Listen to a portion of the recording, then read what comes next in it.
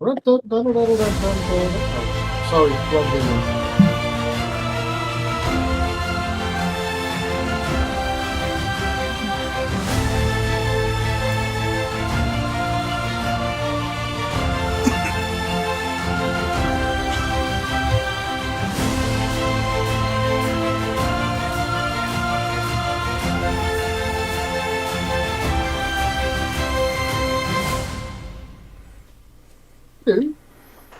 Okay, welcome back everybody to the Mystic Syndicate. I am your host and Dungeon Master Brian, and this evening we are on episode 4 of the Eclipse of the Ancients, a Dungeons & Dragons 5th edition homebrew, or what you might call custom content campaign. This is a stream that also converts into a podcast, so for those people who may or may not know, we have our stream, which we usually stream Eclipse of the Ancients every other week.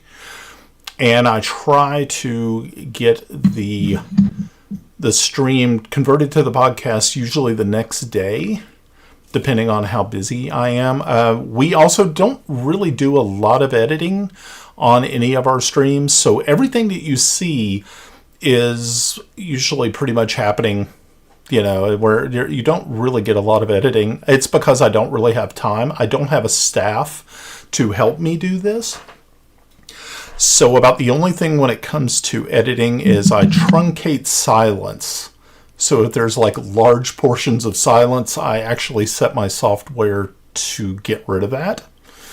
So that's, I know a lot of people prefer their podcasts to be edited down. Like I said, if I had plenty of cash and I had plenty of time, I would be more than happy to sit here and edit these videos. But I don't have time. I'm really sorry. But welcome back, everybody. This is episode 4, and tonight we are doing. Well, we're gonna just, you know what? We'll just let it happen as it goes. So let's go ahead and get into introductions, and we'll start with Jolly. Oh, fantastic! Is my mic working on okay for you? Sounds great. Perfect. Okay. Well, as you know, I'm Jolly, and I am playing the stout halfling sailor, Paul Habram. Mainly a halfling fighter, but he is excited to get rolling and see where the evening takes us. He was hit up pretty bad last time, so fortunately he's back up and kicking. All right, I guess it's me next, Yep. right? Yep, you're All right, next. hello. Hello, I'm Pav. I'm playing Caldus Starkenstone, a mountain dwarf rogue.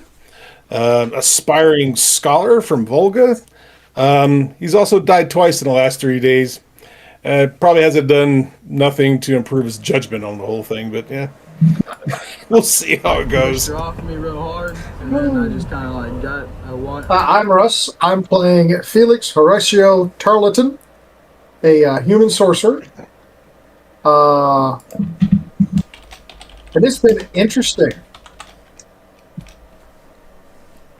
Definitely can say that. You're talking about. I am Melinda. I am playing Luminindra, an elven druid, who's also died twice.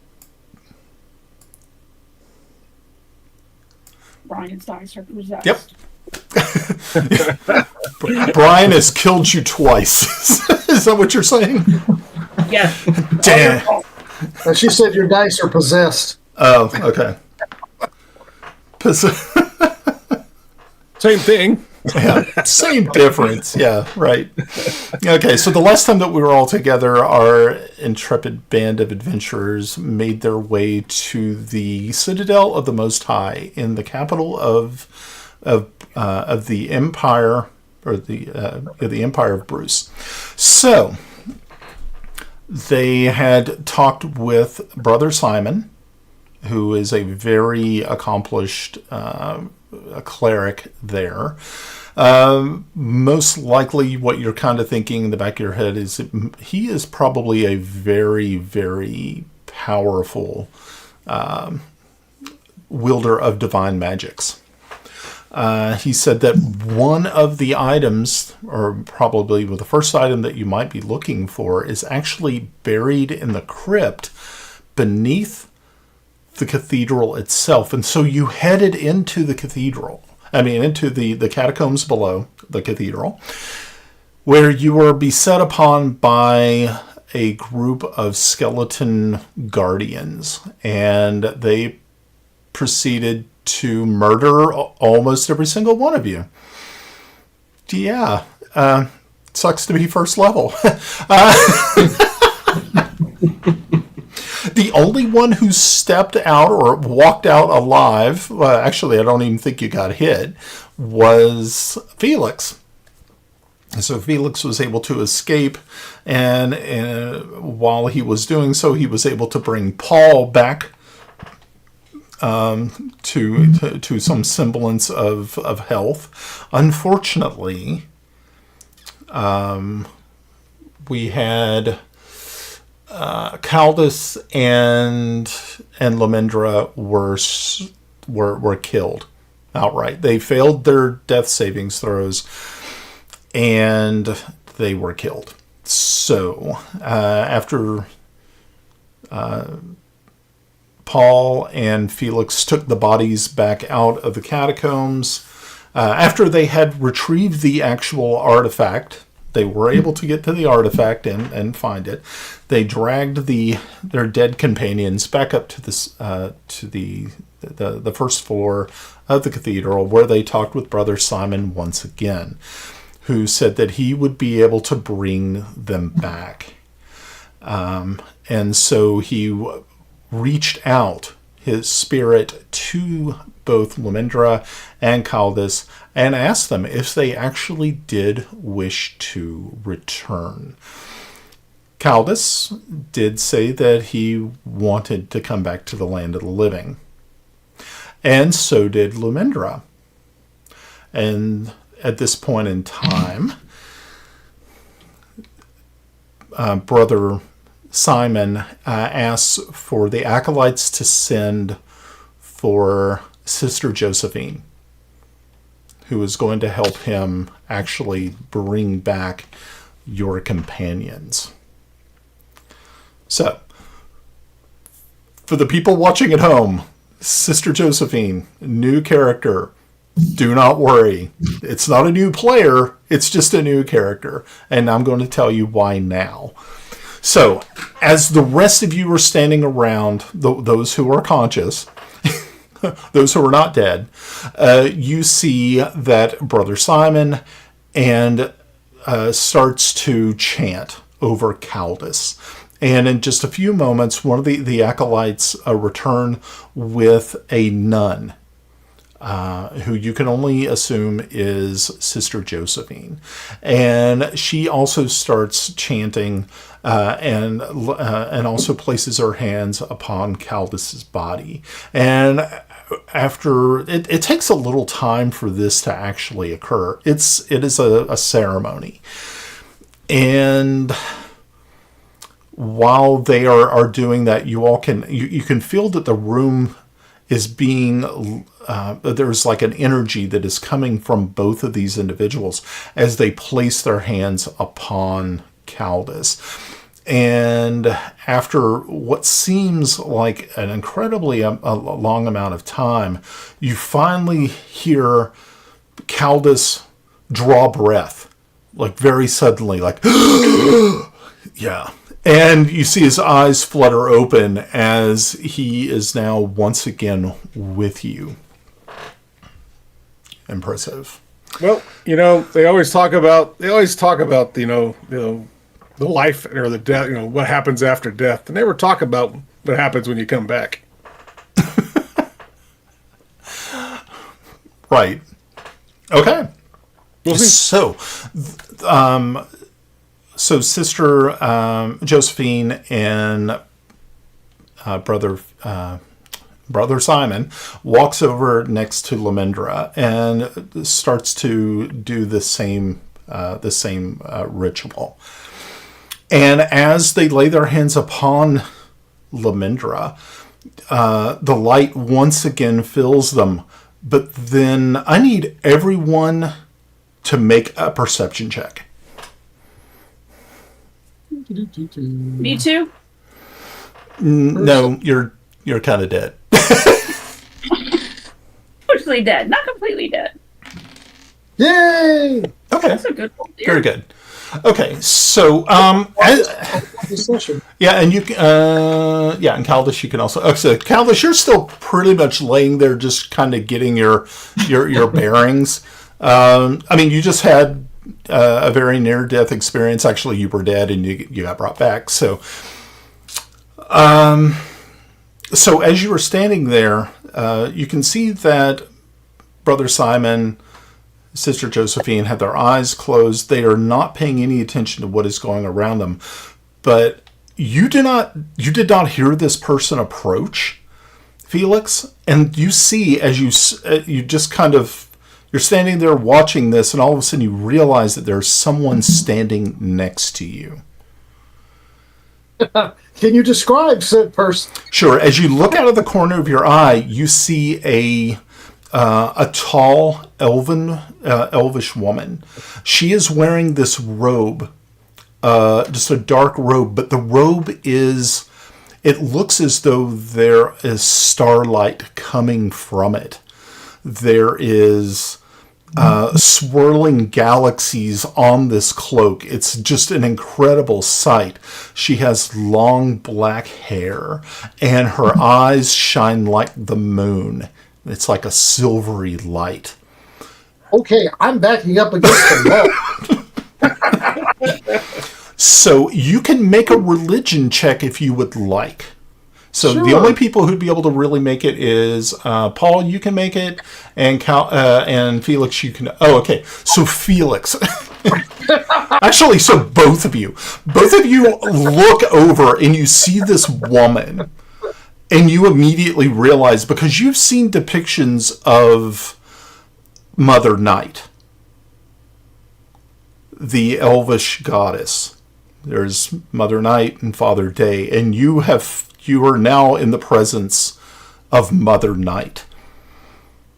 And she immediately, she just slowly reaches her hand out, and she places it upon Sister Josephine's hand. And as she addresses Josephine and Brother Simon, and she says, "You have no right to claim this one, to take this one from me, for I need her elsewhere." Both of their eyes shoot open, and you see they both step away from Lamindra as Mother Night reaches down and places her, it's like her hand goes into Lamindra's chest, and she draws out this ghostly plasma and stands it, sort of just drapes it across her arm and says, "I have need of this daughter of the moon."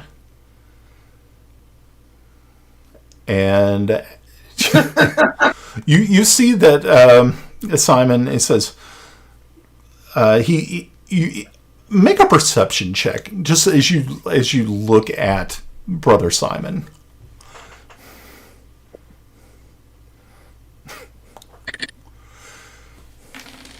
Okay, it's a good roll. Yeah, and Caldas, you can also make this roll. All right, cool. Paul, you can also. You said a perception? Yeah, it's a perception. Okay. All right.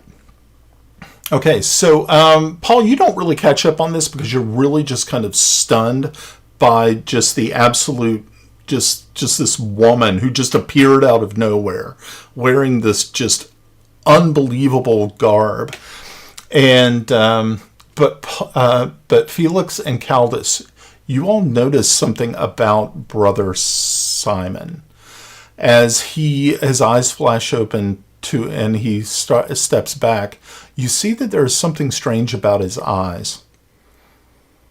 You see that they are cat slit.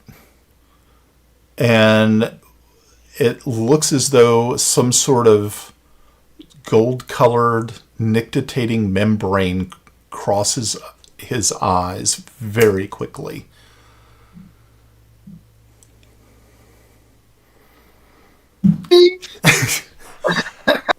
And as soon as Mother Night drapes Lamindra's soul over her arm, you see that she just fades out. And you're standing there, just, number one, awestruck, but also a little bit concerned about what you've seen. Yeah. Butch, I wouldn't think lizard. I'm thinking dragon. I mean, that is a good point. Yeah,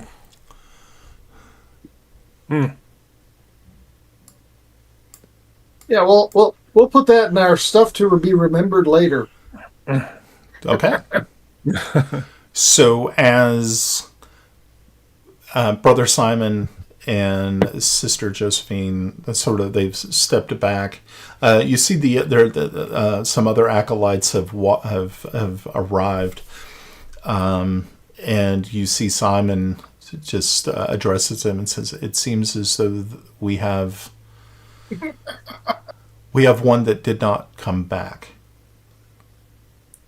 And the acolytes, understand what he's saying, and they go out to get burial clothes and things of that nature for Lumendra. So, for those people watching at home, don't be concerned. Melinda is not leaving the show. So, Brother Simon looks over at Sister Josephine, and he says, "It seems, Sister, that it is definitely your calling to work with these gentlemen in their quest. I know that you have been looking forward to doing some field work, and I feel that this is probably the best chance you would have to seize upon an opportunity. Will you accept this?"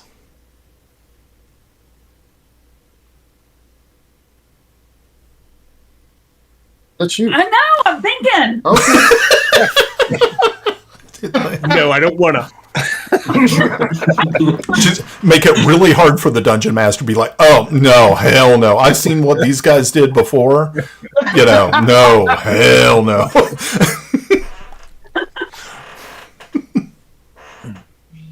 What do they call their god?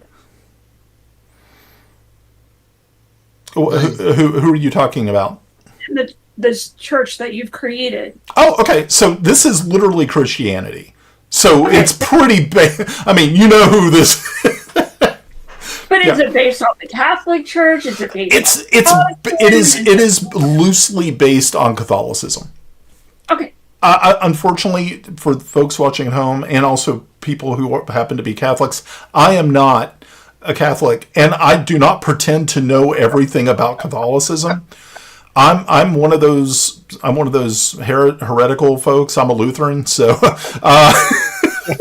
heretics and schismatics. Yeah, That's what we call it. So it's fine. But I wanted to kind of base it loosely on Catholicism. Yeah, okay. the trappings of Catholicism, I guess. I don't know. I don't want to upset anyone. That's a better way of putting it. The trappings. Trappings, yeah. Okay. Sorry. Right. You're fine. Okay. Right. So, as God wills it, so I shall do. wow. Okay. His fault. No, sorry. His fault. We're going on a crusade, kids.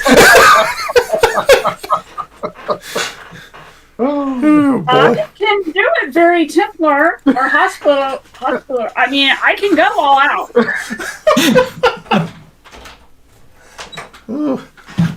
It was getting warm in the room down here. I had to open it up. I know a cat's going to jump on my lap at any minute, so. Well, jumping on the lap is better than jumping on your head. Yeah, that's true too. Okay. So, you you realize that, Lomendra is no longer with you, but you now have a new party member who has, it looks as though has been assigned by the church to you.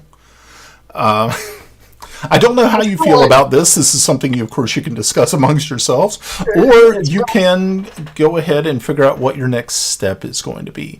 But before you even get to that point, you see that Brother Simon, he says, I believe that I can help you on your next step. You will need to seek out Venaya. Venaya. Venaja. Venaya is a dragon, and I believe she can help you on your next step. A Brother Simon, a particular type of dragon? He says yes. She is a metallic silver dragon. I think she would be your next best person to talk to. I have a general idea of where she is located, and I will be more than happy to try to help you to get there. Of course, she lives on the side of a mountainous region, and so you will have to probably travel pretty far. Unfortunately, it's not in the mountain home area. It is an island just to the north of Mountain Home, where she makes her abode. And I will share this map online for people in chat and watching at home. Unfortunately, I don't know if I can show it to you guys, but I can kind of give you a general idea. If you have the map up, if you don't have the map up, it's totally fine. I tried to save it to the journal, and it will not let me do that. I was kind of hoping that I could put it in like I think you could put like pictures in, but I don't see how to put pictures in Shard. So if people watching at home, if you happen to know how to show people pictures in Shard, I would love to hear about that tonight. Yeah, because I'm looking at this thing going, how do I do that? That's kind of odd. But like I said, I will show it to the folks at home, and if any of the players are watching the stream, you'll get to see it. So let's go to the Shard map, and we'll see how that works. Oh, that's not the Shard map. That is the other map.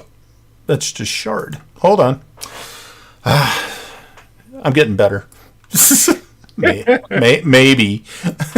Okay, so for those people watching at home, this is Talara, also known as Ceti Alpha 4 for the humans. That's what the humans call it.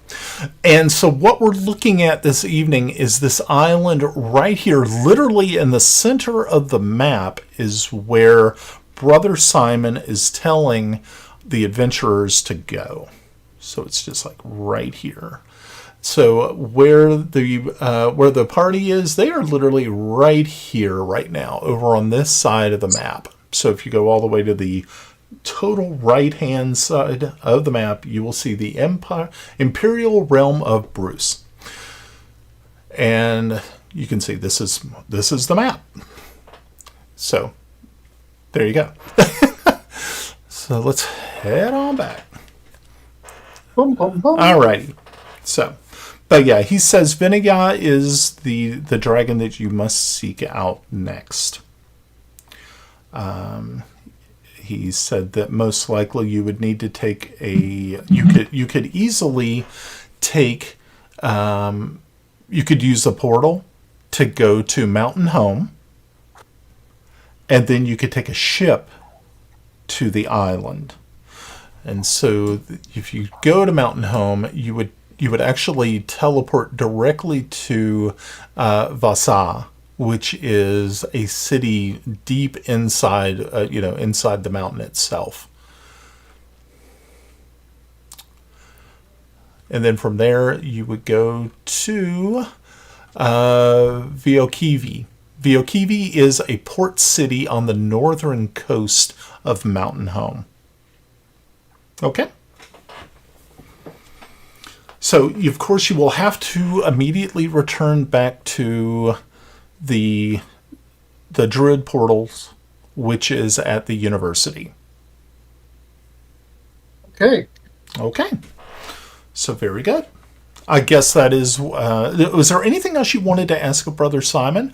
Or is there anything that Sister Josephine needs to know before you take off on this whirlwind adventure? Before we start running off and doing stuff. All right.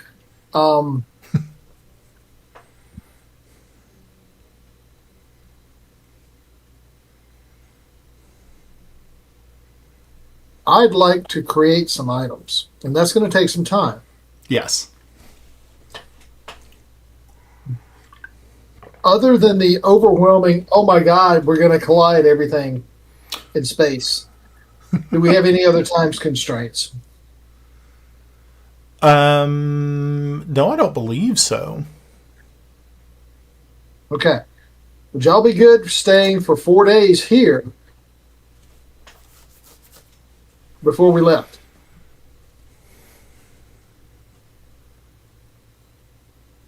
This is yes, no, kiss my foot. I guess I don't know the traditions of, Lumi's people. Is there something that needs to be done before we leave? I mean, we've lost a friend. Yeah. Yeah. And unfortunately, of course, you guys can do another religion check to see if there is something special that needs to be done to the body.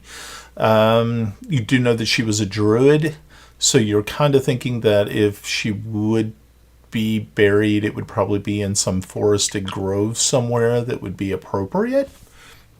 But that's really about as much as you would know. But you can make that roll if you would like.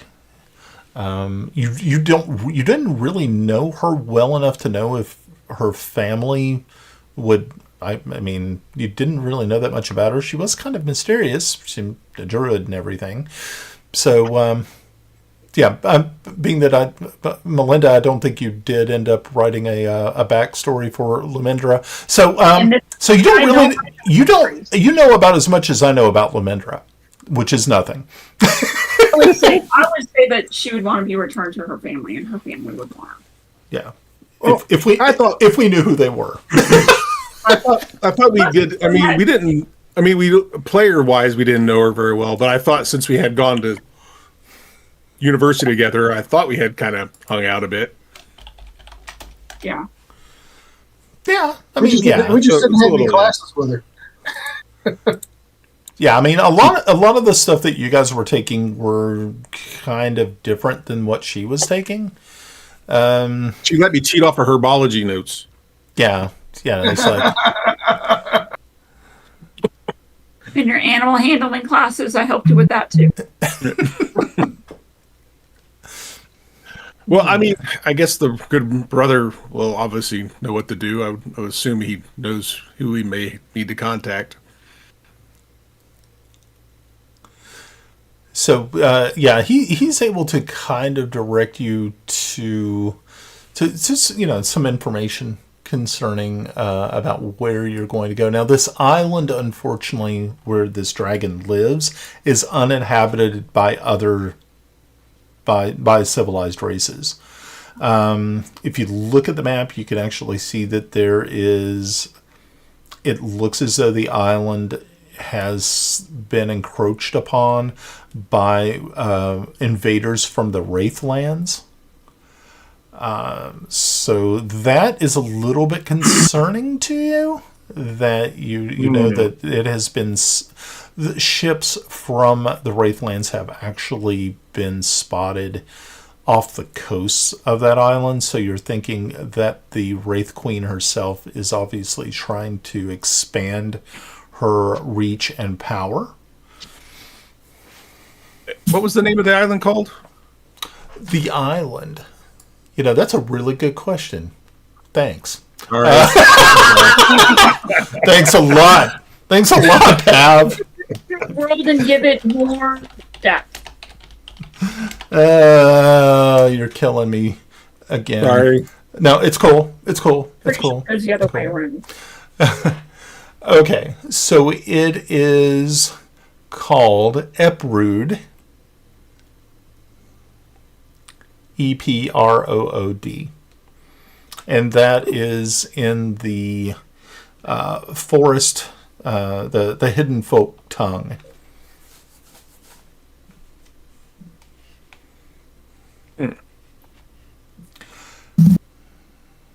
If you do you want like a definition of Eprood? You're fine with it, right? Yeah, I'm okay with it. Okay. You're like, oh, okay, it's Eprood. Got it. Okay. Now I'm gonna have to. I think from I think from Paul's stance, if we're gonna spend a couple of days here for Felix, the idea would be getting supplies, and maybe catching up on any sort of loose strings. Curious if there's been any sort of reports of Professor Solaris, and seeing if there's anything we could further in that search, I guess. Hopefully without goblins. Hey, Paul, I yes, totally agree with you. Stock our provisions, maybe some potions of healing might be worthwhile. That'd be helpful. He does kind of look at the brother Simon. Since you're providing us assistance, would you be willing to donate to the cause? If it is ways to be able to heal yourselves, I believe that we can definitely provide some sort of aid in that ability.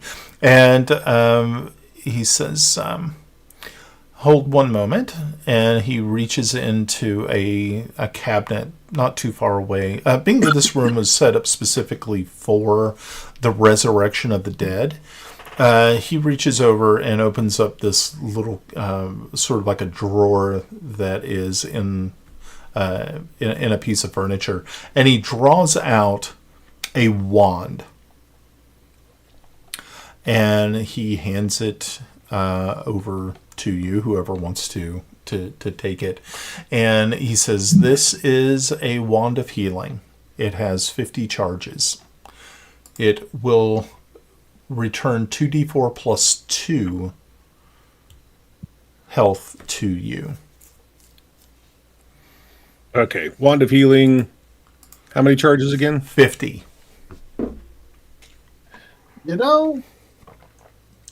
That's not a good sign. And you said 1d4? 1d4. No, it's 2d4. 2d4 plus 2. Yeah. So whoever is wielding this item needs to make sure to add that to your inventory. Actually, if you guys don't mind, Caldus wouldn't mind. I wouldn't mind carrying this thing. I mean, you guys tend to be a bit more upfront anyway. If you don't mind me shooting you in the back with a wand. Probably need to give it to your magic user since he hasn't died yet. No, that's okay. That's just one more thing that I have to consider when I choose my actions. If it doesn't, if I don't have it, I don't have to worry about it. If I don't have it, I don't have to worry about it. That's, hey, That's words to live by. Oh no, it's not my focus. It's kind of like, okay, I got this. I'm going to do all these things. Oh, you're dead? When did that happen? Yeah. Or it should be more like, oh, you're dead again? When did that happen? Have you learned to duck yet? Bob and weave. So, hey, Brian, is that an actual item in there, or is it something I got to kind of create? No, it should actually be. It should be just. I'm hoping it is. I know that Hey, hold on. it freaking better be. There's a staff of healing. I'll just use that. And, Okay. Does it do about the same sort of thing? You can let me have a copy look it. here. Yeah, I think You can copy it. No, it doesn't. It actually provides damage. And it gives. Where is it at? Staff of healing. It says damage. Yeah, once Oh, again. it does cure wounds, but it also starts doing lesser restoration and mass cure wounds. So you don't want to add that in there. Okay. So I'll keep track of it. I'll put it in my notes and then I'll figure it out. Yeah, I'm kind of surprised that it doesn't have wand of healing. Usually that's a. Yeah, I put healing in and oh, you know what? Hold on. Let me try something else here real quick. Maybe later create it too. Yeah. Where the heck's my? Oh, I've gone off my equipment for some reason. Let's see what they have for wands here. You can create it Yeah, You go to the you can just bottom. create one. and then just Okay. copy and paste the information over from Oh, there it is. There's the create button. Yeah, Sure. it's down there at the bottom. Cool. Yep. Yeah, so just create it. Give it like 50 charges if it allows you to set charges. But I usually It like does. it to set charges, and 2d4 plus 2. really familiar with creating things in shards. Oh. How about we, Brian? Ah. Oh yeah, being that I literally spent a week working on the warrior nun class. That was, and we're still trying to, and this is kind of our play test tonight to see exactly how it pans out. We'll see how it works out. So for those folks watching at home, yeah, we created actually it was a combination. I think Russ, Melinda, and I kind of put our heads together about it and kind of threw things against the wall to see if they would stick. So she's playing a new class tonight, the Warrior Nun. I should put, Felix. You're forever in hell. You will be banished. I should put the Down stat. the pipe. I should put the stats up on Discord so people can oh wow, that's terrible or it's awesome, whatever they want to call it. Okay, so It fits. it fits. Yes. Okay, so we're going to spend the days, Calix, or Caldus, or Caldus. Caldus, and Paul. Aha, I remembered. Caldus and Paul are going to look for more information on the people we've already checked out. We looked for, and I'm going to try and create 2 charms. If you go to the journal on the items to make, beg, borrow, steal, etc. Yes. If you scroll down where it says shield bracelet. Okay, shield bracelet. What am I looking at? I see shield bracelet. Under Okay, the magic. I see that. Yeah, under magic. All right, yeah, silver charm bracelet with multiple shield-shaped charms. Each charm stores a shield spell that is consumed when used. The use is automatic, and only one will react at a time. Each charm costs 50 gold pieces of material and takes 2 days to make. So you need to come up with a silver bracelet, and then you need to make, I guess, the charm. Now, do you have that spell Yes. in your repertoire, so to Yes. speak? Okay. Yes. Okay. Yeah, so it would take 2 days to make, and you would need to first buy a silver charm bracelet. So, I mean, those aren't usually too inexpensive. Let's say that probably most likely it's only going to be, and being that it's probably a very light item, something that would probably even be barely noticed, probably like 25 silver to purchase something like that. That's about what I was thinking.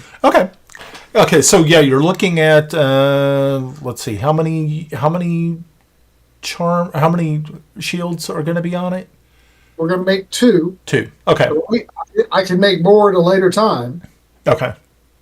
but at this time, we only have 4 days, so I'm going to spend those. Okay. Yeah, no, that makes good sense. And you got to look at it like this: the charm bracelet does not, it doesn't go away or destroy itself afterwards. So that's a one-time purchase that you don't have to worry about. And so anytime that you wanted to add, but how many total charms can you place upon this item? I need to know that. I'm going to go max is 10. Okay. They're just saying, man. They're not. They're Max is 10. I don't know. What do you think? I was actually only thinking 4 or 5. So how about let's meet in the middle and let's say 5. Okay. That's cool. When you buy charm bracelets as a female, you can have anywhere between 8 to 14 on a bracelet, depending on the size of the charm, the size of the bracelet, the size of the clasp, all the things. Nope. Yeah. You asked? I did not want to hear that. That was not my intention. Okay. But Melinda, thank you very much for the information. I will take that under advisement and never speak of it again.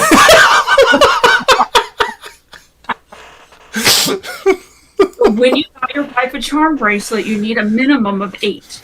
Otherwise, you're just a cheapskate. Oh, Melinda, you failed your persuasion roll.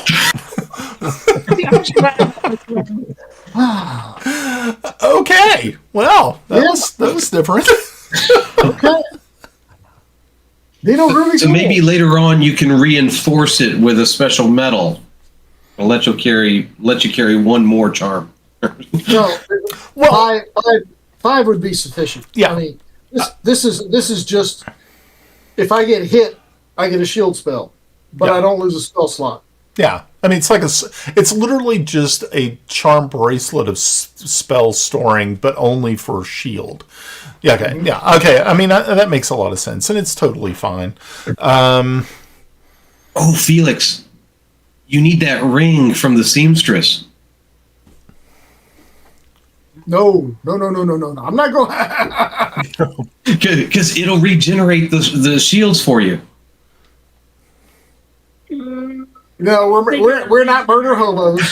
So Yes. unless, Well, you notice how it kept on kept making the thread, and she never ran out of materials that she used. Yeah, as you guys break into the clothiers and kill everyone inside. Great. I would never suggest that. We're not monsters. well, not totally. What? Oh God. Okay. Beautiful. Once again. Okay. All right, and I will create the item and all that good stuff. Yay! Oh man. I'm only going to put 2 on there right now. Okay. At a later time, if we have downtime, I will make more. Okay. So I was kind of thinking about that, being that like Jolly's idea was like to upgrade the charm to a different metal. Like like if you went to gold, you could add another plus. So instead of 5, you could have 7, and then if you went to platinum, you could have 10. Okay. But it would be, but it would, of course, incrementally more expensive to create the charm bracelet at first. But there really wouldn't be any real change in the magic. That would still just be the same. Okay, cool. I mean, something to think about. We don't have to think about that now. All right. Right. Cool. Yeah. Creating magic items, folks. Yeah, because if you made one that was made of copper, you could only fit 2 charms on it. Silver, you had 5. Yeah. Okay, Well, it makes sense. The reason I went with silver is because it's an arcane metal. Yep. Yeah, that works out.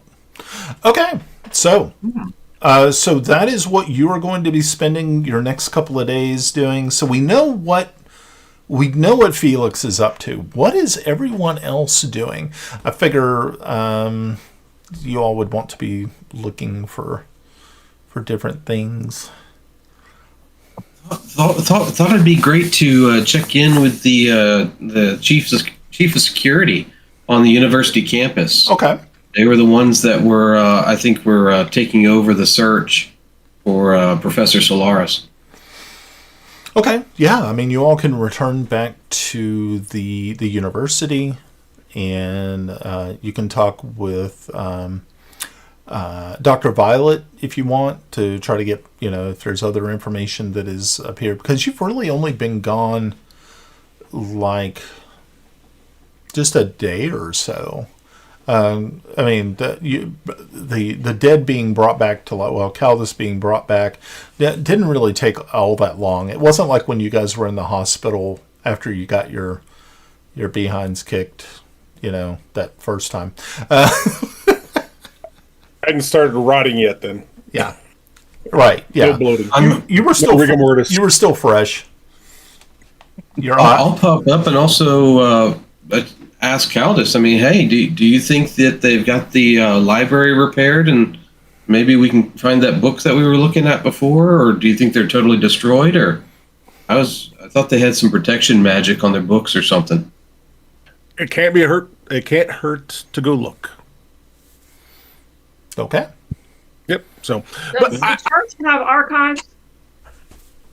Is this cathedral big enough to have their own archive? Ooh. Is it big enough to have an archive? Mm-hmm. Oh yeah, of course. That is not a problem. Oh, I'm Caldus, by the way. He holds his hands out to the sister, and they call you. Sister Joseph. Should we call you Sister Josephine or Sister or Josie? JJ?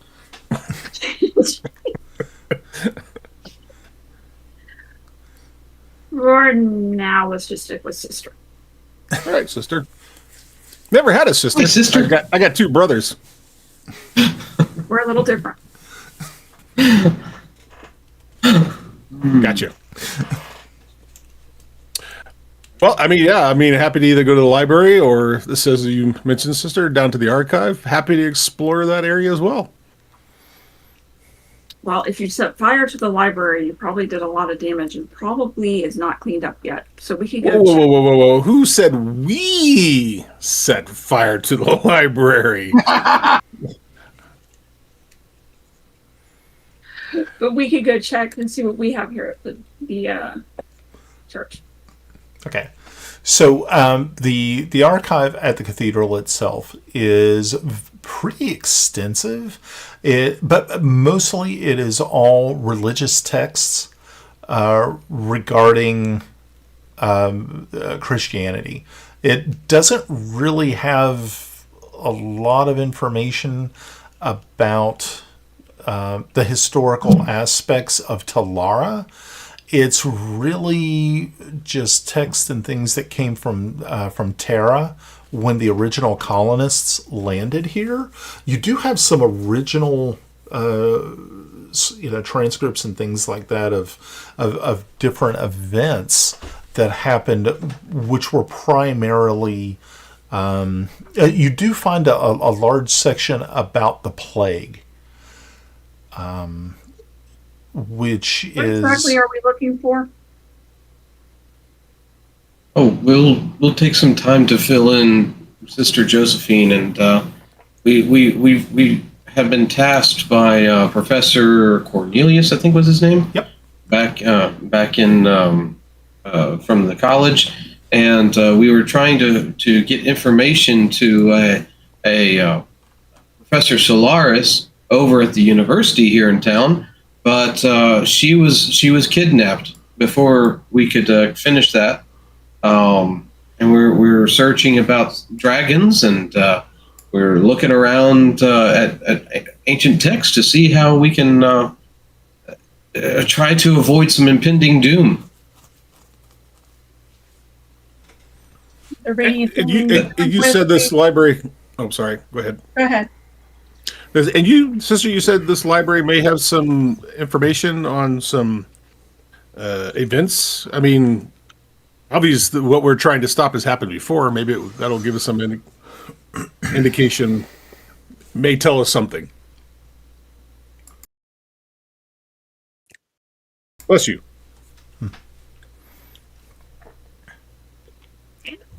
I guess that was more of also a question to Brian. okay. Yeah. So, yeah. So, what like I was saying before, it primarily goes into the historical aspects of the church here. They do have ancient books from Talara themselves. Like you have the actual there's a Bible there that is actually it's in Latin. It's not called the Bible, of course. It's like the Vulgate or something like that. And so they have very interesting artifacts here from early Christian artifacts. But as far as like dragon information, it really doesn't.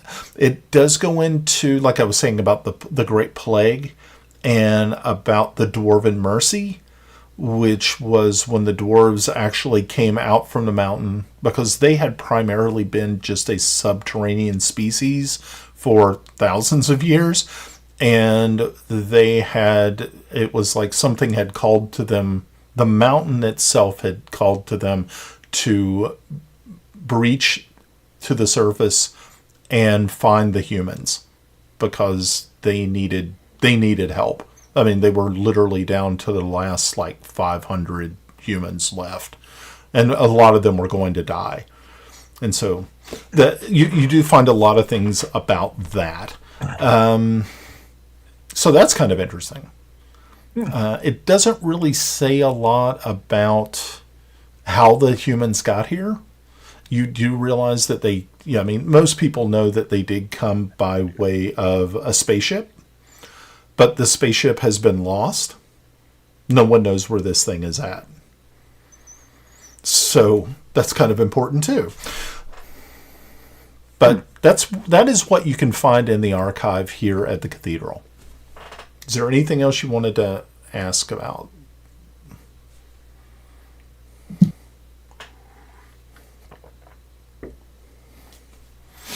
I don't think there's anything else that nothing comes to mind. I mean, if we can go back to the library and see if we can find that other book.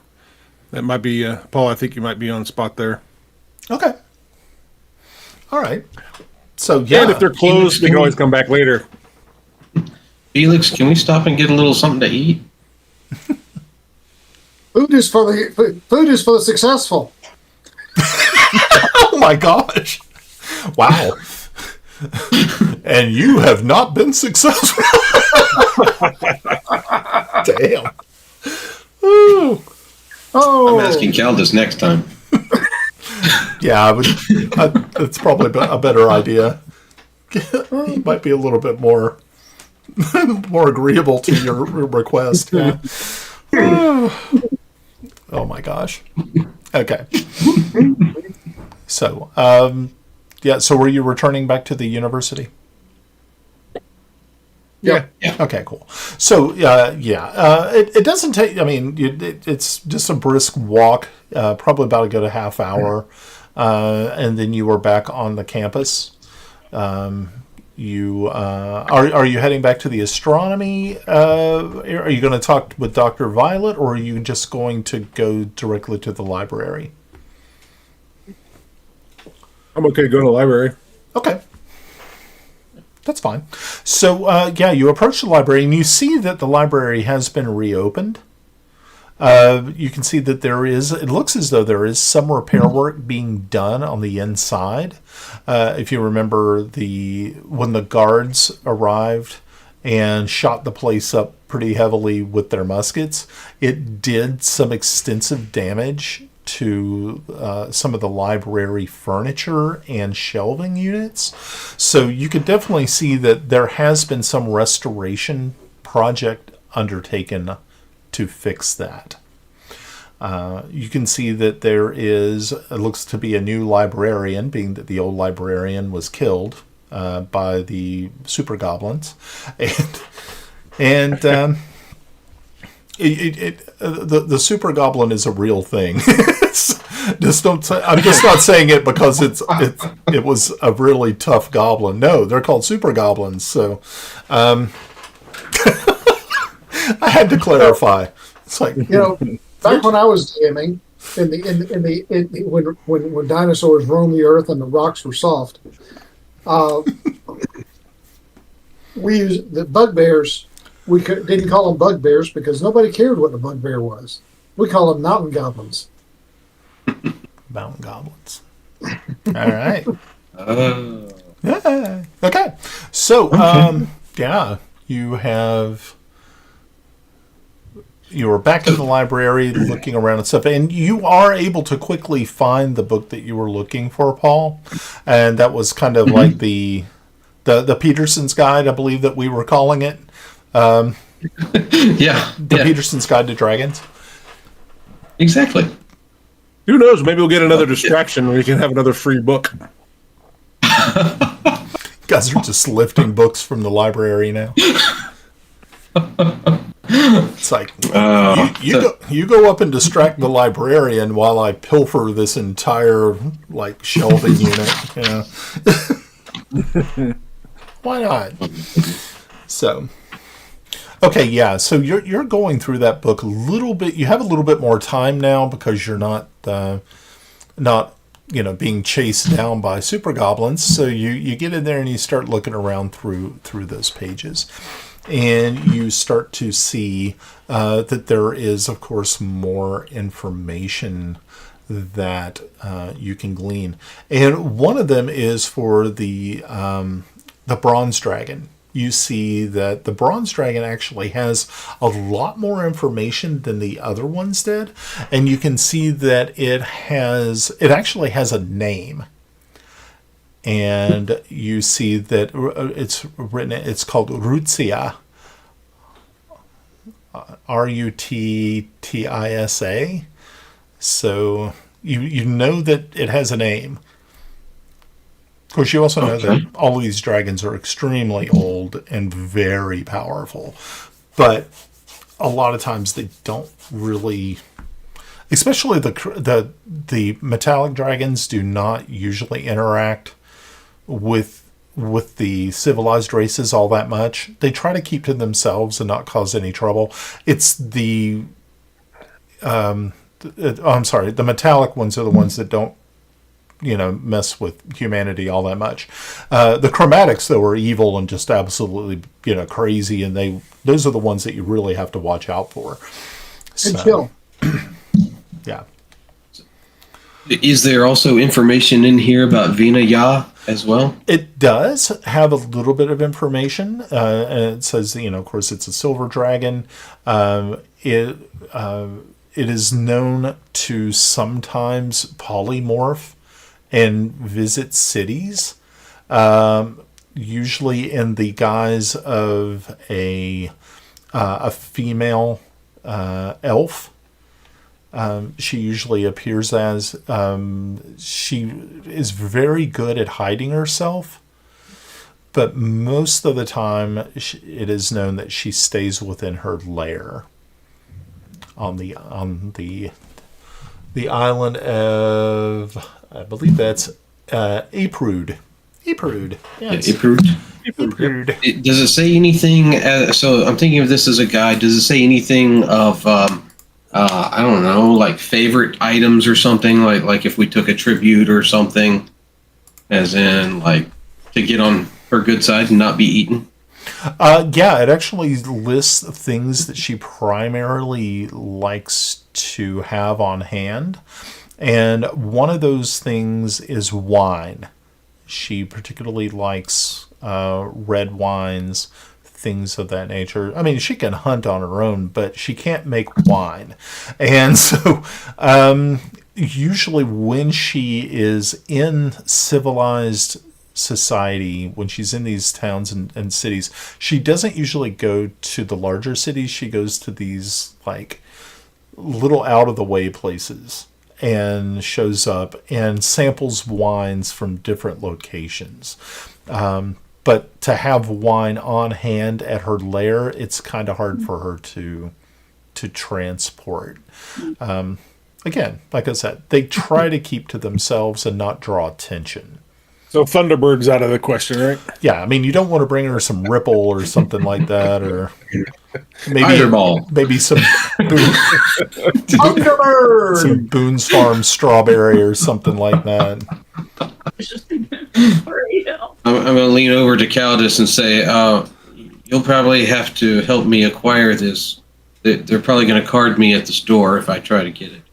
Oh, Get some fine box wine. Me being the halfling and my ragging good looks. Youthful looks. you are the cute one of the bunch. I know.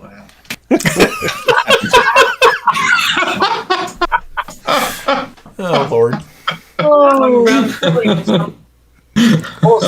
But Did the book provide any more information on the bronze dragon? As far as the bronze dragon usually does not leave its lair. You know that it is primarily not a lot is known about it, other than they know kind of like a general location where it is, but as far as like things that it craves or desires, they don't really have a lot of information on it. You're going to hate me, Brent. You're going to hate me. And the general location happens to be... Oh, okay. I can tell you. Okay, so there is an island that is directly below the Elvish Vale.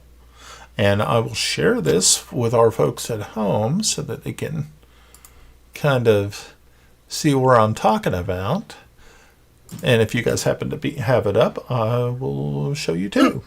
Okay, so if you see, here's our map. You have the Imperial Realm of Bruce right here. And then you have the Elvish Vale. And then you have this desert-looking island here. It's kind of tannish, like dark tan.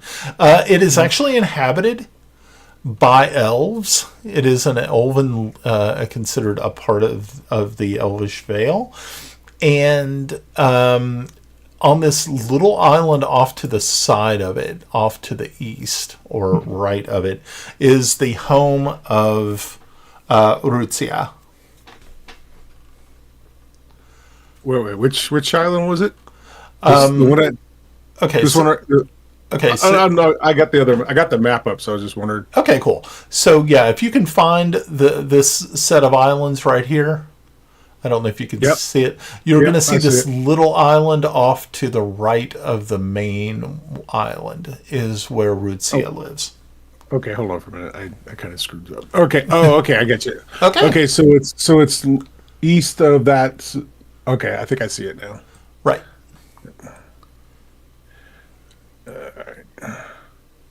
Okay. Yeah, there's. Okay, gotcha. Nice. Okay. Does the book also happen to provide the locations of the other dragons, or They, maybe like temperate zones or something? yeah, it does tell of the other, because you have 5 dragons total, is what you were looking for, I believe. You were looking for the gold, you're looking for the silver, and you're looking for bronze, but you're also looking for red and black. Black, right? Yeah. They believe that those 2 entities are or can be found within the Wraithlands, but you will need to actually seek out more information. That's on the red and the black one? Yeah, the red and the black. Okay. Now the gold one, did it have other information on the gold? They do have information about the gold, and it says that the gold is primarily does not have a lair, but prefers the company of men. And so primarily it is believed that he walks among the people of the imperial realm. And I think we've already found him.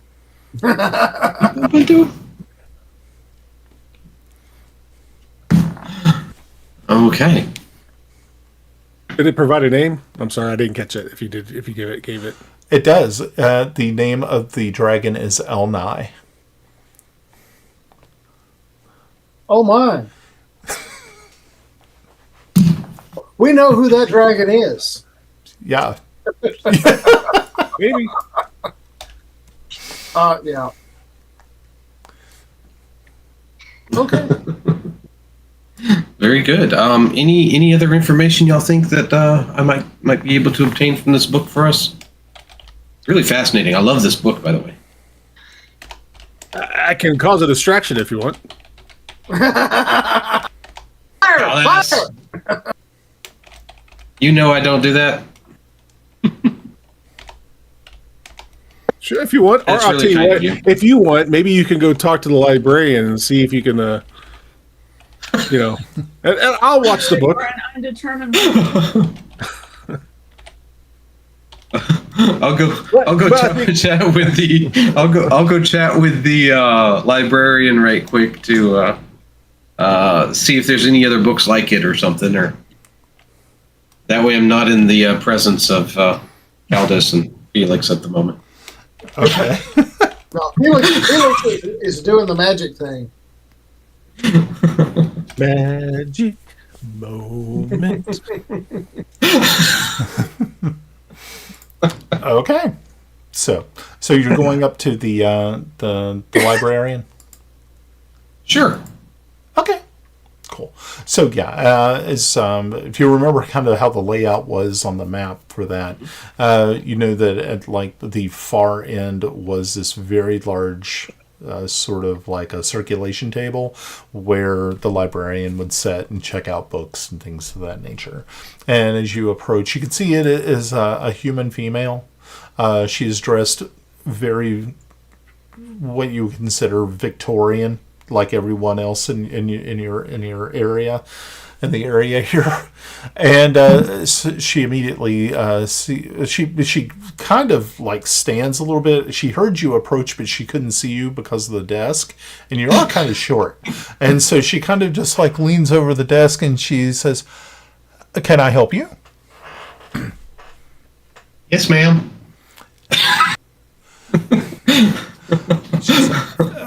Are you a student here? No, ma'am, I'm not a student. Not today. Not any day to my knowledge. I just graduated recently out of the college over in the I forget the name of the town. It's a test. Better know the name. I think it is. You lose Watery. you lose 50. Yeah, you lose 50 experience points for not knowing. No, that's terrible. Had to log it down, log the old memory circuits here. But I was curious if you might have some paper that I could use and make some notes on. She says, "Oh, of course, I'd be happy to give you some." And she reaches into a bin on her desk and pulls out a couple of pieces of paper, and she hands you 2 very sharp pencils. She says, please just make sure to return the pencils. Return the pencils? Yes, if you would. Okay. Please. I will certainly return the pencils. I was kind of curious though, if you had any books on dragons. I read the other one over there, your dragon kinds. That was fantastic reading. Are there any other resources that we might? I'm working on a little paper. We did have, I believe there might be 1 or 2 more books about them. You may, I don't know if they're going to be in the reference section or not. She says, hold on one moment. And so she gets up. You can hear, she pulls open another drawer, and you can hear that she takes a set of keys out. And she says, follow me. And she takes you around to the left, or I'm sorry, she'll take you back out and to the right. And then she takes you to this one area, which it looks as though there is a door. And she opens the door for you, and she says, don't tell anyone I let you in here. Okay. No, ma'am, not at all. And so she takes the skeleton key, places it within the door lock, turns it, and opens it. And inside you can see the room is pretty dark.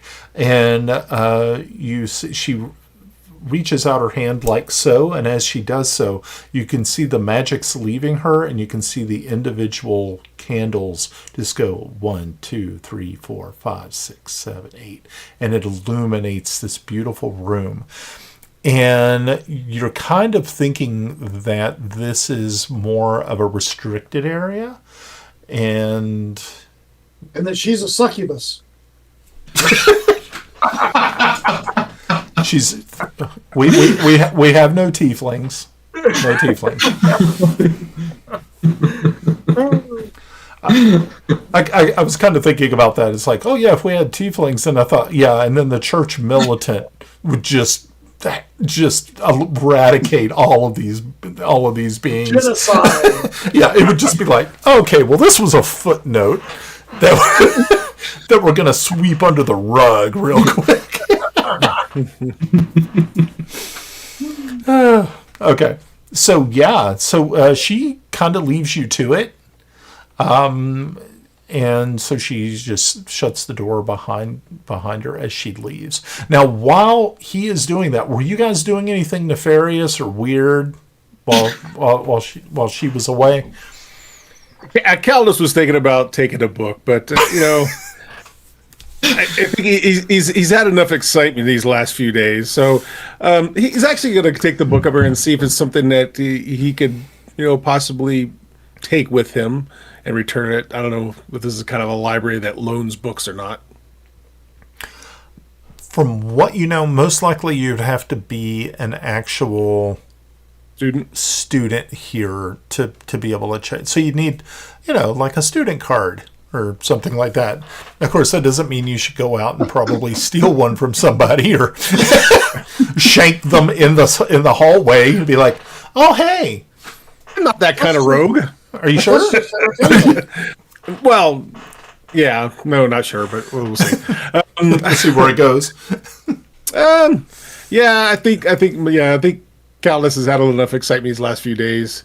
He's going to try to just, kind of he's going to basically kind of open up and he's going to take any notes he may see in there that maybe we kind of missed while Paul's look in the other part of the library. Okay. So I know we've already got information on the bronze, the gold, and the silver. What was the other one? There was 5 altogether, wasn't there? Or 4? Yeah, we got the black and the red. Oh, there you go. The black and the red, yeah. So I don't think we're going to get information on them until we get closer to the Wraith Lands. I gotcha. Okay. All right. So nothing else in the book that we could use as to help us on our quest. Nothing you see out here. Okay. Yeah. Okay. Well, I'll just Caldus will put the back, and he'll just book back, and but there's nothing more we can really get from it. It's kind of useless, at this point now. We got what we need. So I'll just kind of wait for Paul to get out of library jail. Getting out of library jail. Yeah, he got locked in a room. Yeah, they propped the door open. They propped it open. They spiked it so he couldn't escape. There you go. That's when the gas starts pouring in. Yeah. Okay, so Paul, you were in there taking a look around, and you see that there is some extremely old pieces, or extremely old books and some documents. And one of the ones that you pull is an actual log book from the SS Corellia. The SS Corellia is the name of the ship that the Earthlings came in, and it is this is literally a piece of just ancient history when it comes to the human beings here on the planet. And it was pretty much like the logbook, the last one before they landed. It was like the last few days before they landed on Talara. And it just goes into some interesting things about the ship, how it functioned. It also goes into it has a list of those who were aboard at the time. You also find that there is some notes written by the captain and also some of the other crew members. And one of those passages, one of those notes, is that it has a list of all living beings, all living creatures on board. And that was done on a monthly basis to make sure that, that this was recorded. And so you were able to come up with the other two names of the dragons. You had the red and the black. And the red dragon is named Zagai, or Zagai. Is Zagai? Yeah, I think it said Xagie, the Swift. Zagai the Swift. Mm-hmm. And that was the black dragon or the red dragon? It was the red. That was the red dragon. That was the red dragon. So the black dragon is named Athentus. Athentus. Athentus. So I'd be taking the paper that I have and the extremely sharp pencils and writing my notes just as fast as my little short halfling hands can write. Is there anything else you want to try to get from this logbook? I would be curious if there was any mention of plague or sicknesses that might have been on board or anything. Looking around for any sort of signs as to why they even came here. Okay. How they got here. Okay. Yeah, as you go back through, you can actually see that this logbook lets you know exactly what happened to the humans, that they were actually supposed to be going to a completely different star system, and there was a stellar anomaly that took them away from that course and dropped them within this solar system. From what you were able to tell, even though you're not very you're not really too sure about what parsecs are, or things like astronomical units and things like that. But you do realize that they were not supposed to be here. They were supposed to be somewhere completely different, probably on the opposite side of the universe from where they landed. So, was there any sick bay notes or anything like that? Was that anything? I mean, as far as illnesses, no, there were no recorded illnesses. The Earthlings had brought with them some pretty advanced healing techniques.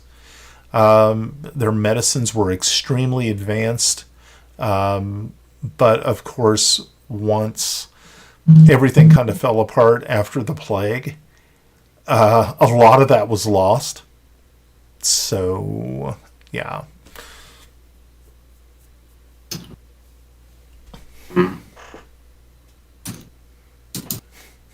I think I'll sort of kind of peruse around, see if there's any other titles of books I might see on the shelf that might be intriguing, or might provide additional assistance for our adventure. Okay. Yeah, I mean, you spend a little bit more time in there sort of looking through books, noting that there are some historical books. The First and Second Orc Rebellion, which was primarily the first rebellion was against the elves, and the elves were finally able to bring the orcs under control. You know, historically, that the elves brought the orcs to Talara. They were a slave race, and they had broken free, and there was the First and Second Orc Rebellion. The Second Orc Rebellion almost killed all the elves on Talara.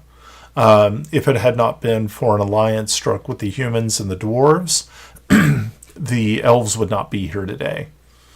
And there are extensive histories about how that played out.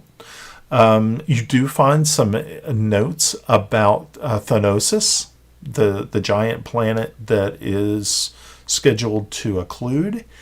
These are notes that were put together by a couple of different Earth scientists, and they had talked about a 10,000 year sort of span of time that this calamity would happen, and also that there had been some talk about trying to create a different stellar light source that would save Talara from future calamities of that nature.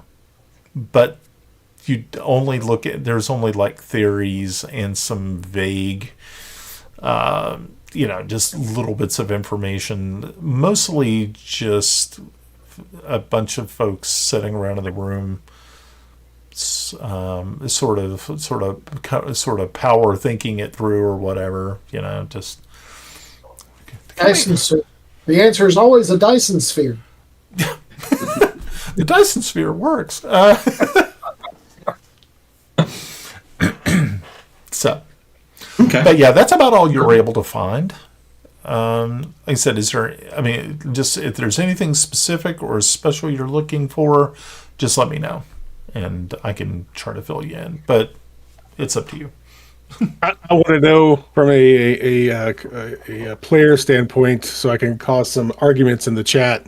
Did they mention how they got there? Was it by light speed or warp speed? Oh, okay. You mean like they folded space? Like, or, somebody was on Star Trek, or Star Wars. That's even better. Star Trek or Star. Okay, yeah. It's a really, that's a cool question. You know what? What we'll do is we'll let that. Yeah. Rush, you're right. Yeah, Karelia is a place in Russia. It used to be a part of Finland. But yeah, before what was it? Before the Winter War. Yay!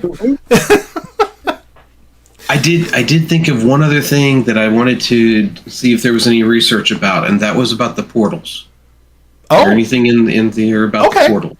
Yeah, actually, in the logbook, you have this feeling as you're reading through one of these passages. Make an intelligence check. I want to see if you can glean some information out of here. Go, fighter, go! You could do it. Can I use acrobatics for this? Let's see. You're Investigate. using some mental acrobatics there. Exactly.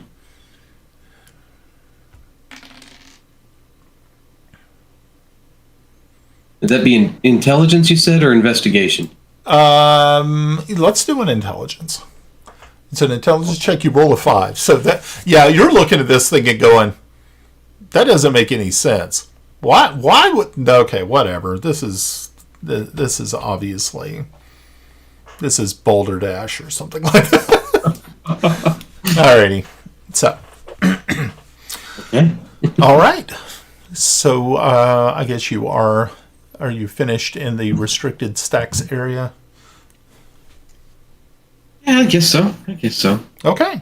So you head back out, and you can see that the librarian is actually nearby. She's just cleaning up some books that were left behind on tables, and she sees that. Well, I hope you found what you were looking for. I found some really useful stuff. So thank you so much. It was very kind of you. Maybe later on I might need a little extra help to understand some items. Some things were a little confusing, but really appreciative for the time, and I really hope you have a great time in this job. Oh, well, thank you. Yes, it seems that the lady who I replaced met a very untimely end. Kind of sad, actually.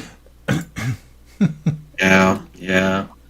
Well, just the recommendation and hope that never happens to you. Beware of grimoires in the bookshelves and students that don't know better. Yes, it looks as though a lot of those books had been removed and placed in the room that you were just in. So that's kind of probably why we now keep everything under lock and key. Good to know. You have a wonderful day. Okay. And so she comes back behind you and locks that door and heads back up towards the librarian's desk. All right. What about the rest of you? Anything new, exciting, interesting? No, What's our sister doing? I think we can go from here. Okay. Melinda? I'm good. I'll rejoin in Caldus, and I'll tell him. Sister Josephine, are you with us in the library, or are you still back at the archive? No, I'm with you. Oh, okay. Well, I'll definitely be telling y'all just kind of the things that we went over and talked about, and that way y'all get to know it as well as I. Probably a good thing Caldus didn't steal that book. Sister put a ruler across his hand. That was the backup weapon that we forgot to add. It's like the Ruler. Yep. it's the +2 ruler of crippling. You end up walking out with like chicken hand and stuff, and be like, ah. Oh, okay. So, what's the plan? Do we need to get some provisions or anything in town? I mean, what I guess the question is I mean, what do we need that we don't already have? We won't know till we need it. Oh, what? We won't know till we need it. True enough. We've got a wand of healing, so that'll help a lot. That is true. I think after the time expires, I think we can just go ahead and go. Yeah, because I think we still have our everything we brought with us from uni. So I think we got the wand of healing. And I mean, does everybody need rations? Do we need? I got a week's worth.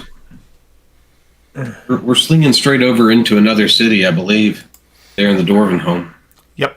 Yeah, you are actually going to be teleporting or actually using the Druid Stones to go to Vasa, which is, like I said, pretty much in the center of Mountain Home. While it's not, I don't think it's the, wait, I think it is the capital. Yeah, I think it is the capital of Mountain Home. So you would actually be teleporting into the mountain itself. So for see for Caldus, that would be kind of like a going home sort of trip. Yeah, I mean he's from Valga, so Yep. he's a little far. Yeah, so okay. Yeah, I think Valga is that like on the southern side of the. Yeah, it's kind of east south a bit. Okay. Southeast. Oh, What yeah. was the I city see that it. we're going into over there? Vasa. Vaasaa. Vasa. And then you're going to Vokivi, which is in the northern part or on the northern shore, and that's where you catch your boat to go to the island. The island of Nabubu. Ipu. Oh, okay. Ipu. These are on the new maps, right? Yep. Oh, okay. There it is. You found it. Yay. Okay. All right. So Yeah, yeah. they head out. So the next 2 days, it's like, or the next 4 days go by pretty quickly. You all don't really get a chance to see Felix all that much. He's busy working on his charms, his frosted lucky charms, so to speak, and he. But the rest of you kind of you go around sort of taking a look at the city, and every once in a while just touch base with each other. I believe you guys were staying at one of the inns there, I believe, if I remember right. I'm trying to remember which inn it was. Did we do that? I'm sitting here kind of thinking about it. So did you guys stay somewhere? Or you may have to find a place to stay. I was thinking we might have stayed at the dorms or something if Professor Violet had put us up at the university.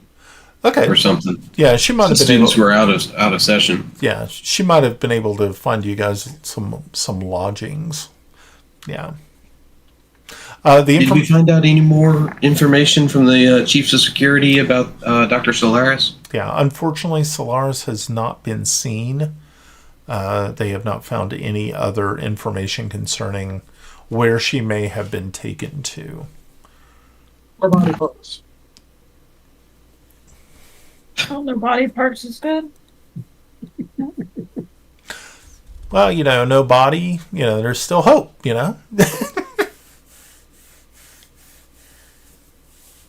All is going to dwell with the hopeful thought that we will find Dr. Solaris. Understandable. All right. But yeah, no, there was no other information that came to light. There was in the capital city itself, the Imperial Guard has been cracking down on the Long Knives organization very heavily. So that is something there has been, being that Dr. Solaris is she is a relative of one of the Council of Kin, which is the oligarchy that rules the Elven Vale. So she's kind of important. She's literally a foreign diplomat teaching at this university. And so her disappearance has caused ripples, not just through the Imperial realm, but also into the Elvish Vale, which is yeah. So there's questions, there's concerns. Yeah. So yeah, if you happen to go back through the notes, I don't know if you guys have those notes or not. You'll see that Solaris is one of the names of one of the oligarchs who helps run the Elvish kingdoms, or the Elvish lands. It's not a kingdom; it's a council. Okay. Mm-hmm. Okay. Up. Is everybody ready? I show you sort of. And we're off like a turd of hurdles. Okay. So you return to the Druid portal stones, and you pay your fee, and you tell you select the portal stone that you wish to go to, and once you do, you reach over and touch as these portal stones glow that strange greenish color. You touch it, and you immediately are teleported across the sea here, and find yourself standing right next to the stones in the city of Vasa.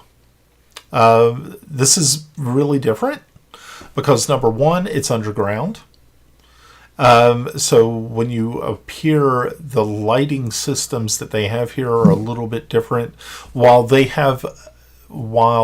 dwarves primarily did not use artificial lighting, usually the glow of their forges was usually sufficient enough, being that they have the ability to see in the dark. They have placed lights here for those who can't, because this is a city of diverse individuals.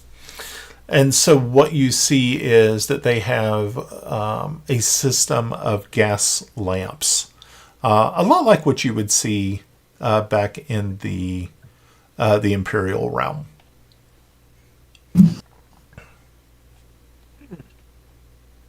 Welcome home, Caldus. Yeah. Yeah. Get us out of here. Get us out. Why are Follow we? me. Why are we here? I probably should go visit my family while I'm here, but I think we're on a time constraint. So, Okay. doom and gloom and all that stuff happening.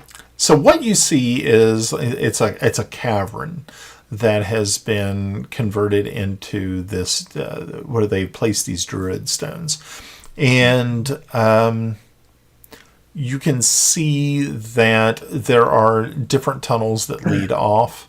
You can hear the sound of forges. You can hear the sounds of craftsmen obviously banging on anvils and things of that nature. And Caldus, you know that there is a tram system here that will actually take you to the port. You just need to get to that. It's that tram that will be able to get you there. Of course, like I said, most of the people that you see here are, of course, dwarves. It's a pretty heavily dwarven area. So they when they see you arrive, immediately, of course, Caldus, they recognize a fellow dwarf, but it's always kind of interesting for these dwarves to see people who are not dwarves. I mean, there are some, there are, of course, some hidden folk here, but there's not a lot. They're mostly transients, people who come through on the way to other places or doing business. So we're doing the Ministry of Silly Walks through the town. Yeah. Yeah. Yeah. It said walk this way and then do something really weird. Yeah. Yeah. Well, come, my friends. I'll take you to the tram. It might be slow going. You are a curiosity. So Hey, is that a joke about my short legs? Well, you fit in better than we do. yeah, you're just A little shorter than a little that. bit shorter. Yeah. But yeah. So Callus, you were able. You can. Of course, you read Dwarvish, and you were able to see the signs. I don't know how many of the rest of you read Dwarvish, but Nope. maybe not many of Elvish, you. yes. No Elvish, interest. yes. No interest. Didn't care. But after a while, you start to hear this clanging noise, and you turn this corner into another large cavern. And inside, you see this. That looks to be some sort of rail cars that are attached to some very interesting mechanical device. Only what you could describe as some sort of engine. And you can see that there are 4 different lines here. Some are going to completely different cities. One is going to Voikiva. The other one is going to... let's see, that's Hamava, which is on the southern coast, and one is going to Valga, and then another one is going to a little town called Meninmava. That's a name. Yeah, Mana. Yeah. Pretty much, it's almost what it looks like. So, but you all step onto the one going to Voikiva, and within just a few minutes, it starts to move. It starts to move very slow at first. You can see that there are other dwarves that are here in different carts. You can actually look between the carts and see each other. It's literally just large mining carts that have been converted to carry people instead of ore. And so they're not very comfortable. But as you start to, as it starts to go, it starts to pick up speed. And it starts to pick up speed at a pretty good clip. Until eventually you feel, just the air is just breezing past you. I have my hand on my hat. Yeah, it's like you're holding hats down and things like that, holding on to stuff, holding on to the sides of this thing as this thing just starts, and it starts vibrating and rattling, and you're thinking at any minute this thing is just going to completely break loose. But for Caldus, you understand these things. You've seen it, and so you know how well put together this is. It's everyone else is a little bit on edge because they've never ridden in anything quite like this. Even though humans, We're trying to explain it to you, but it's loud.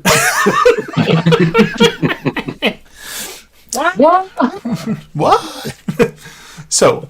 But Felix, you know that in the Imperium or the Imperial realm, they're actually working on steam engines, things that they can that they're actually talking about, and also working with these dwarves of actually putting together what would be considered a basic train.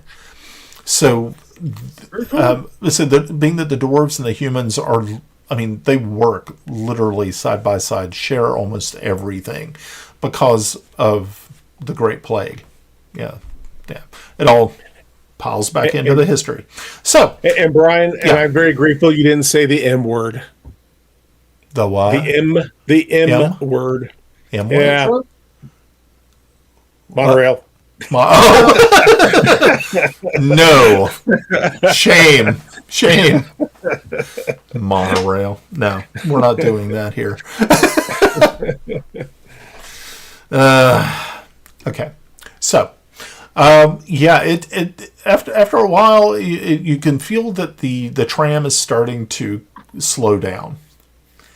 And as it starts to slow down, you come out of this tunnel and you can smell the salt air of the sea once again, and you see this dwarven settlement, this large city, port city, laying out in front of you as you finally pull into this station for the tram, and the gates are opened, and you step out onto the platform.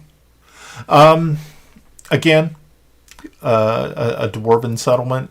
You can see that there are ships lying in harbor. Some of them, a lot of them are from other places. You do see elvish ships, as well as ships with flags and designs from the hidden folk, and also human ships are also here as well. And you start to make your way over towards the docks, and you can see that there are different kiosks that are set up of people who are like shipping agents. If you're looking for passage to certain places, or if you're looking to move goods from one place to another, these are the people that you would see. Very cool. So we need to find a honorable smuggler. Okay. So, like I said, there's probably about 5 of these different like shipping kiosks around. Like I said, most of them, sometimes you'll see elves at one, dwarves at another, humans, and you can obviously see these are the either parts of the crew of the ships that are laying at anchor. And so, I mean, yeah, you can just pick one and see if they happen to be going to the island. Okay, pick one. Random. I mean, I'm trying to remember. What was the name of the island, Brian? I lost it in my notes. Eberud or something like that? Eberud. Eberud, there you go. Yeah. Eprood. O-D. Eberud. Yeah. Okay. Okay. Brian, would it be okay? I mean, I know we got about 8 minutes left. Yeah. But I know, since my family are artisans of Cragbloom and the Hearthstones, do we have any like contacts for shipping? Maybe we can find a passage on one of those ships to get to Eprud. Oh yeah, yeah. There is the Mountain Shipping Company, which your family has ties with. Okay. And so, yeah, you were able to find their banner on one of the kiosks, and you walk up. It's a dwarven gentleman, and he says, "So, you're looking for passage? Where are you going?" The name's Caldus Starkenstone. Oh, Tharkenstone. Oh, we know your people. So, are you moving goods, or are you moving people? Yes, people. We're a few, myself and some friends, are looking to make our way to Eprud. Oh, Eprud. Okay. Are you sure you want to go? It's kind of a scholarly reason why we're going. So, we had just graduated from university, and so we're doing some additional research. You do know that the undead have invaded that island. It's not safe. Yes, we understand, but I think if we can get close enough, if you can get us close enough, I don't want to, risk you and your crew's lives, but if you can get us close enough, we'll see if we can make it there. But again, it's for research purposes. Okay. No, we can get you there. That's no problem. We're looking at 10 gold apiece. Okay. Oh, surely you can, give us a better price than that. I mean, that is the better price.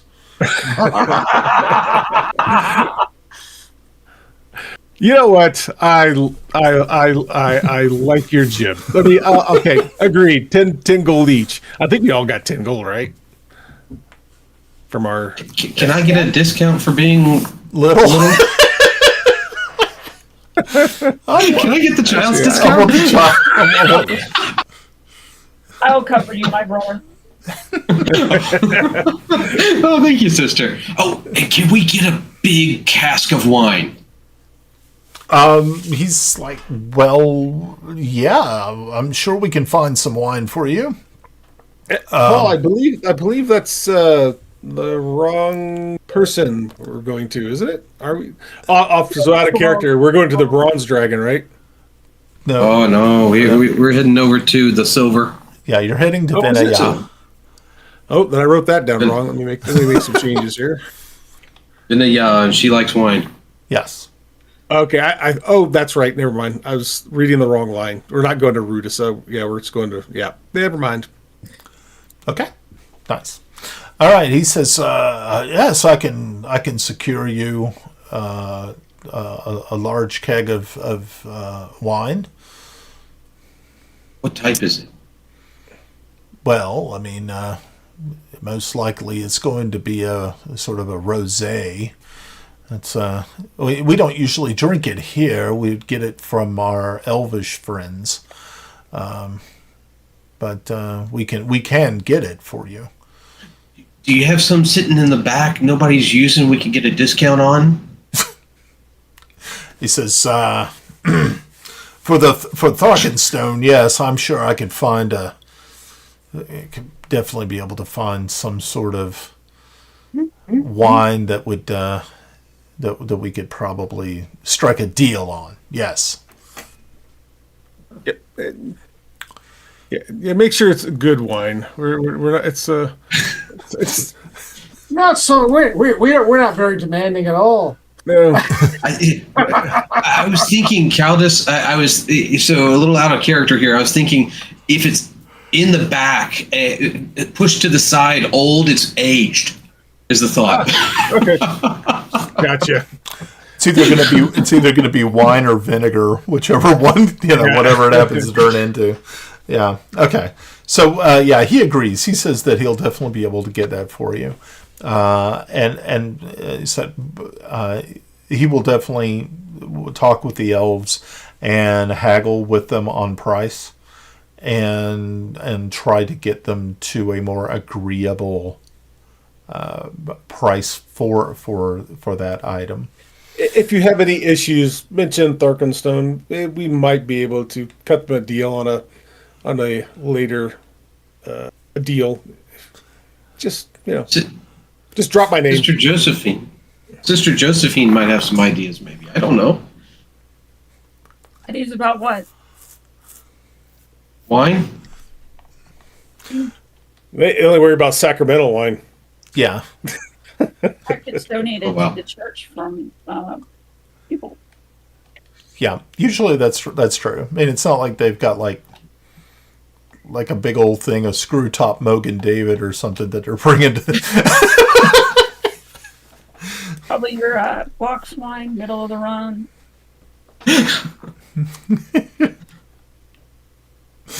Mad Dog 2020. Little Mad Dog. Alrighty. So, yeah. So within like probably about a half hour, they return and they're rolling this large keg of wine. And he says, well, we were able to strike a pretty decent deal with them. I mean, this isn't cheap, but we were able to get them to come down about 25% on that. So if you all can come up with another 35 gold, then we'll load this onto the ship. That's right, I'm cutting into your gold. Not cutting into mine. I'm done. I can pay for this. Are you sure, Paul? I'm more than happy to donate some coin. I won't say no if that's your desire, Caldus. All right. Okay. So it is just a minute before 9. I believe this is a fine enough place to wrap up before you jump on board this ship to head to is it Enrude? Emrude. So, yeah. So, folks watching at home, thank you all very much for hanging out with us this evening. I know it was a roleplay heavy night, mostly a shopping night or creating magic items night. Next week or in 2 weeks when we do this again, I'm sure we'll find some trouble to get into on Emerald Island. So that is definitely coming up. If you happen to be with us next week on Thursday, we will be playing Dune: Adventures in the Imperium. It'll be episode 6, I think, of our Dune series. So if you like Dune and you like spice gummies and stuff like that, make sure to check us out. We will definitely be back. Like I said, 2 weeks for this stream to come back. The podcast should be up probably tomorrow afternoon, tomorrow evening, latest Saturday morning. So if you want to catch us there, and also please, if you get a chance, head over to iTunes and Spotify and find our podcast over there. If you would, please just, leave a review or a comment, give us a thumbs up. It would really, really help us kind of spread the word. We get a pretty decent amount of views on YouTube. I'm really pleased with how we do here, but we could always use some more subscribers and more followers. So, people giving us a thumbs up, that would be really great. I am actually trying to put together a Patreon page for this. I just got to find stuff to offer people. I got to sweeten the pot in some sort of way, shape, or form, and I'm in the brainstorming phase of our Patreon. So, I'm, of course, always willing to take suggestions. So we shall see how that works out. But other than that, guys, is there anything else? Oh, thanks to the players for showing up this evening and going through the role playing phase of it, doing the research. Thanks a lot, guys. That's I truly appreciate you taking the time to do this. It means a lot. Thank you for putting it all together. You're doing the hard work. Yeah. So, but Melinda, I am sorry we did not get to field test your warrior nun this evening, but do not fret. That's coming. I'm sure. Hopefully she won't die. Oh. If she does, oh well. Well, hopefully. Just wanted to say thank you, Brian. Thanks also for putting this on, and huge thanks. Who was that? Butch Watson in our chat. Oh yeah, fantastic comments, Captain or Paladin Steve. Thanks again. And I was trying to go through the list and grab others. Just really appreciate the interaction in the chat as well. Oh yeah, that means a lot. Also, love the chat. Captain's Lady, thank you again for being literally our cheerleader for this entire thing. It's like if I ever get a chance to go to a gaming convention and I run into any of you people, I'm going to buy you dinner and just sit there. And I know. I mean, it's not like it's out of the realm of possibility. It's, it would be a lot of fun. I think it would be neat if we got invited to go to a con, but I don't know if that would ever happen. That would be a really desperate con. Oh yeah, they would really be like going, oh hey, so who are we going to find to like do this panel? And they're just like, go through. It's like, what about these people? And they're like, no, they're no. Yeah. But no, thanks again. So, guys, y'all have any parting words other than that? Just thanks everyone for watching. Cool. Remember, wherever you go, there you There are. you are. Oh my gosh. Okay. Good night, folks. Bye. Night. Bye.